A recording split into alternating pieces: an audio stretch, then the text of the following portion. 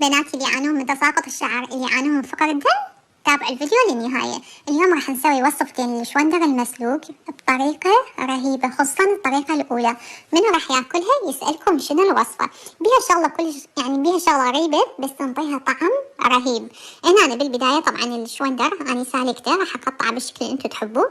والسر بهذه الصلصة اللي هي صلصة الكرز، هاي موجودة يم أهل الكرزات.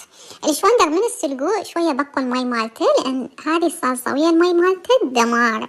كثروا من الصلصة قد ما تقدرون، وفوقها رمان، وبعدها تخلطوه. الطعم لا يقاوم. طبعا هنا هذه الصلصة صورتها لكم موجودة يم أهل الكرزات.